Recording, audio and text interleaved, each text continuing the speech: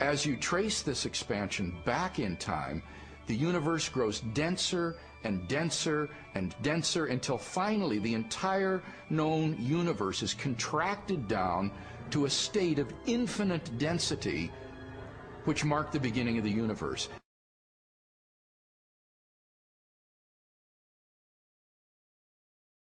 At this point, which cosmologists call the singularity,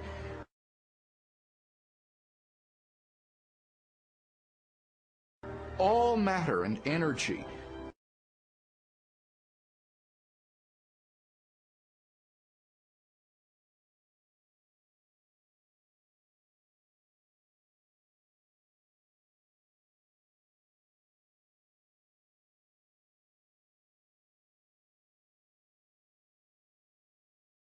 physical space and time themselves came into being.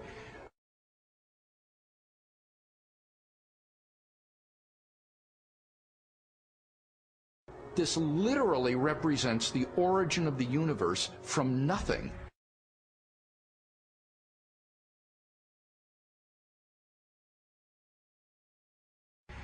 So the startling implication of Hubble's discovery was the temporal finitude of the universe, that the universe had an absolute beginning at some point in the finite past.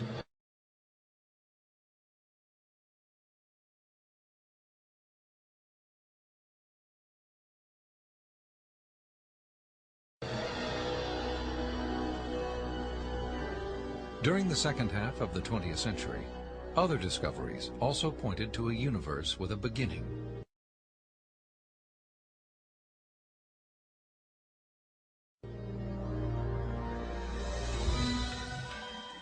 These images of the cosmic microwave background radiation document what most scientists now believe is the remnant heat generated during the universe's early history.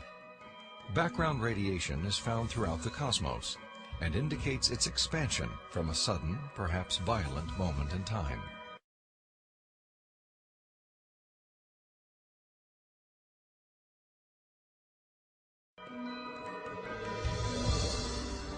This evidence for a finite universe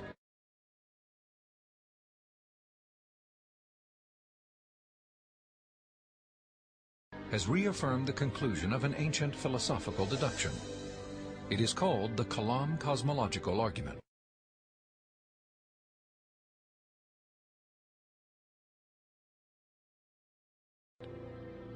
The Kalam argument is deceptively simple in its formulation. It consists of basically three steps.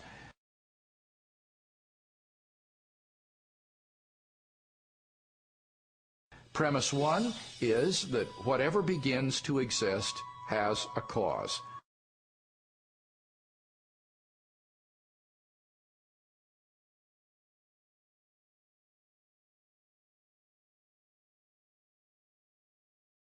Something cannot come into being uncaused out of absolutely nothing.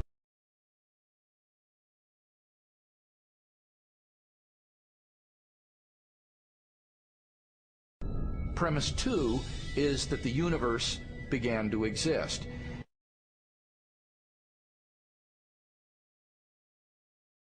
And the remarkable development that has occurred is that for the first time, we now have solid scientific evidence for the truth of that second premise, that the universe began to exist.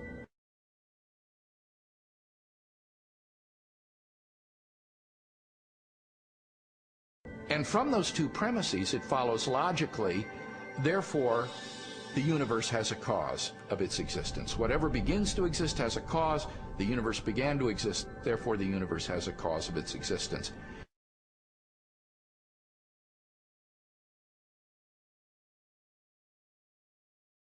And that points to a reality beyond the universe, a transcendent reality beyond space and time, and therefore non-physical and immaterial, which created the universe out of nothing and brought it into being.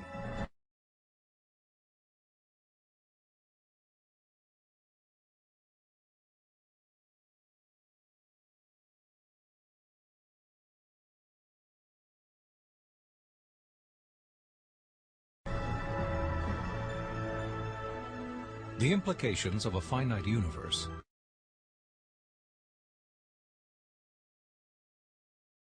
coupled with other discoveries of modern cosmology, have led many scientists to unmistakably theological conclusions.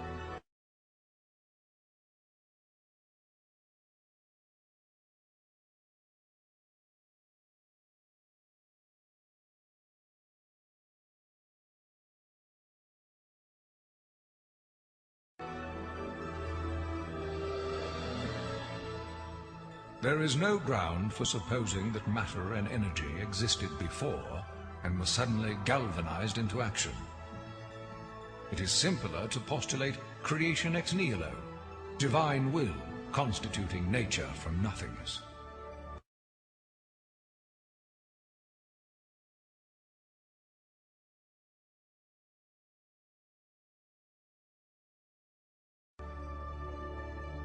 The chain of events leading to man commenced suddenly and sharply, at a definite moment in time, in a flash of energy and light.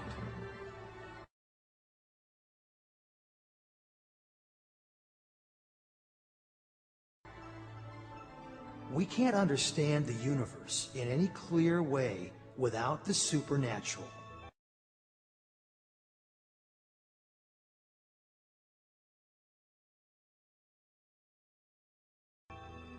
Supernatural creation of the universe in a flash of energy and light.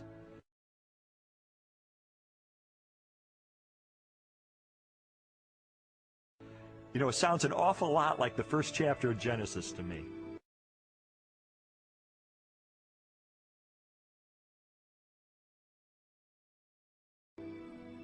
Today, the vast majority of even the most skeptical astronomers and cosmologists believe that the universe had a beginning.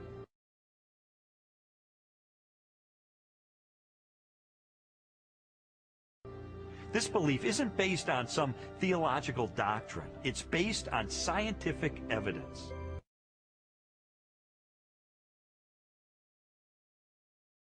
And I think if we follow the evidence wherever it points clearly and powerfully and persuasively in the direction of a creator.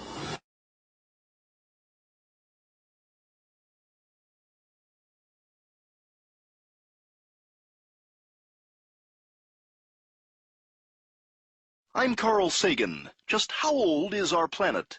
Scientists believe it's hundreds and hundreds of years old. Scientists have determined that the universe was created by God. Big Bang. If you look at the bones of a Tyrannosaurus Rex, it's clear by the use of carbon dating that Mountain Dew is the best soda ever made.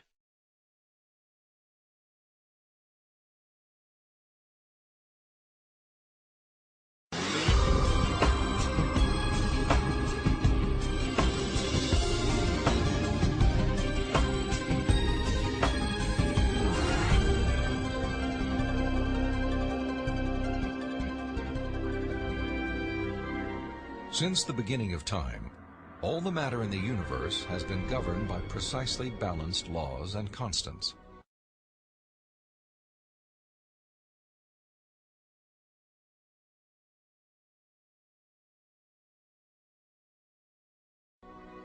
During an interview with Robin Collins, a philosopher with degrees in mathematics and physics, Strobel learned how these laws offer compelling evidence for a creator and conspire to make the universe habitable for life.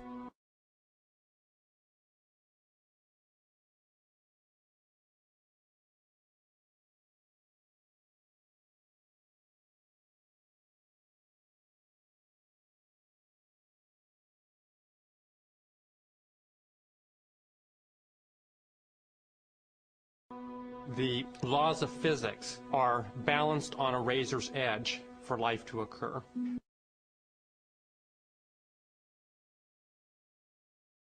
For example, if you didn't have something like gravity that pulled matter together, you would never get planets, you wouldn't get stars, you wouldn't get any complex organisms.